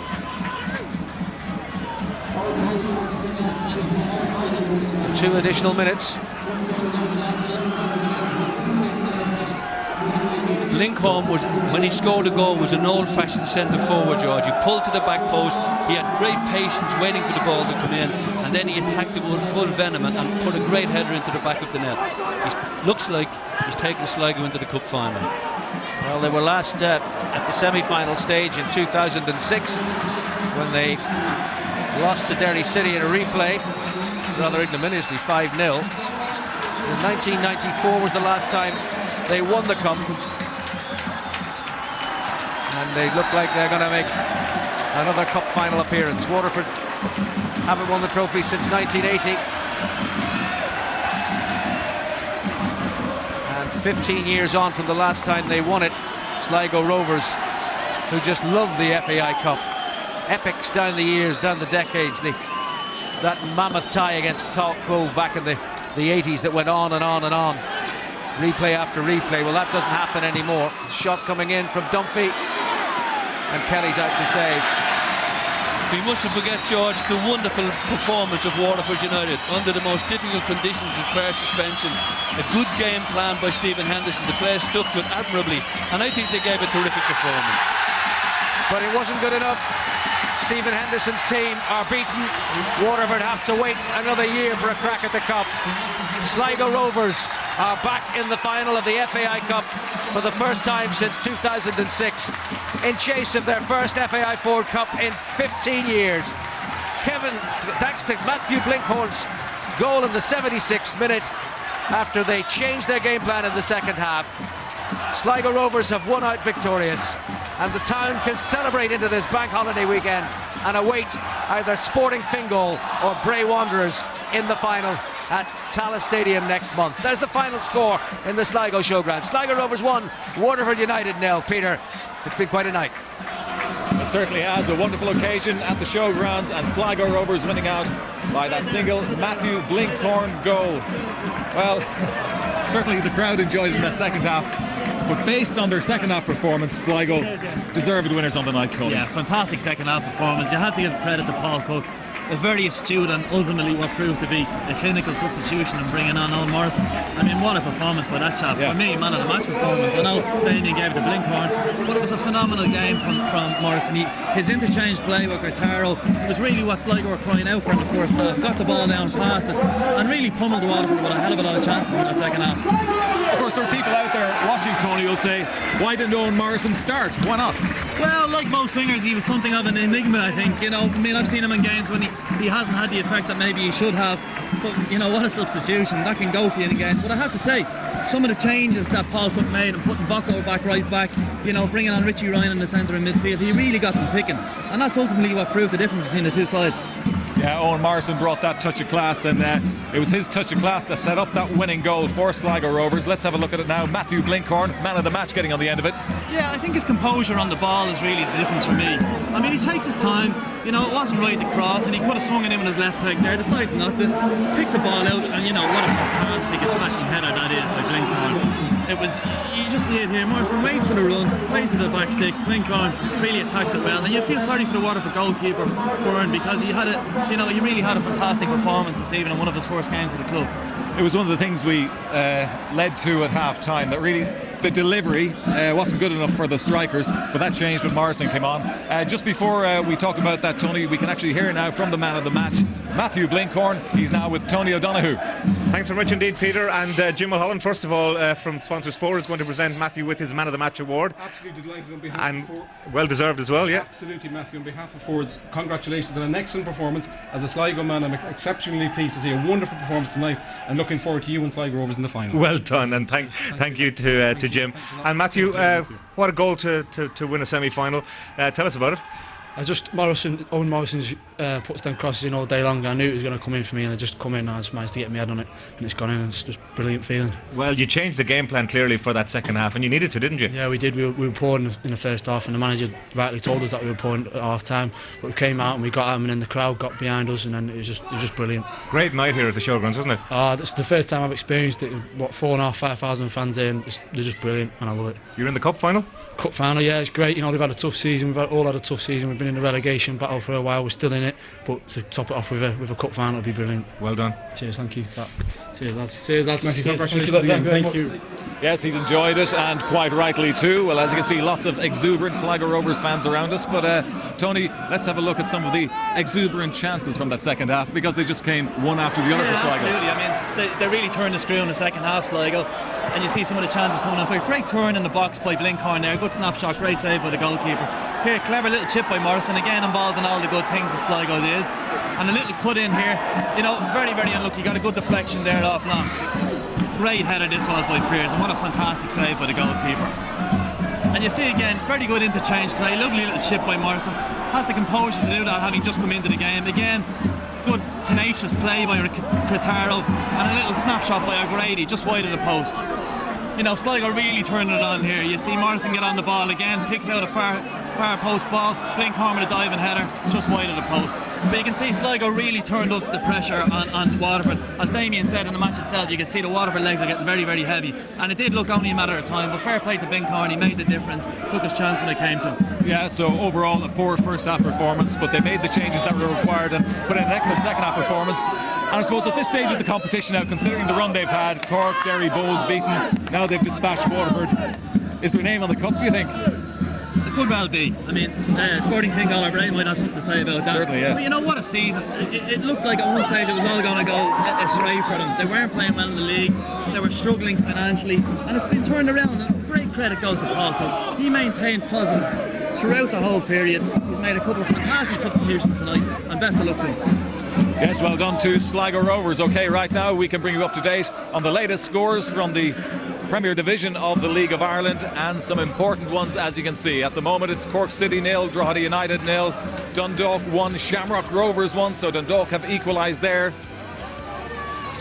Galway United 0, Bohemians 2, and you know what that means, they can extend their lead at the top of the table. St Patrick's Athletic 0, Derry City 1. So a couple of significant scorelines in the Premier Division. Tony, Bohemians certainly in the driver's seat now, and if those scorelines stay the same, I mean, the league is as good as Bowes now, isn't it? Yeah, they could win it next week. I mean, what a turnaround in the league over the space of 7 or 8 days. going into the games last week. Obviously Rovers favourite, but that's what happens at the top of the league. A lot of pressure there, a different type of pressure for Rovers. Bohemians have been there, they've done it in the past, and they've proved they're there for the long haul. We said on the show a couple of weeks ago, you could see maybe them winning the last series of games. They've done that, put the pressure up the Rovers, and unfortunately for Rovers, maybe it was a bridge too far for them this year. Not over yet though. Well, that's exactly what I was going to say, Tony. The league certainly isn't over yet. What is over here is the Cup semi-final in Sligo. Rovers running out winners by a goal to 0. Don't forget, the second semi-final comes your way on Sunday, and it's also live here on RTE2. But from everybody here at the showgrounds, Tony and myself, a very good evening to you. Yeah.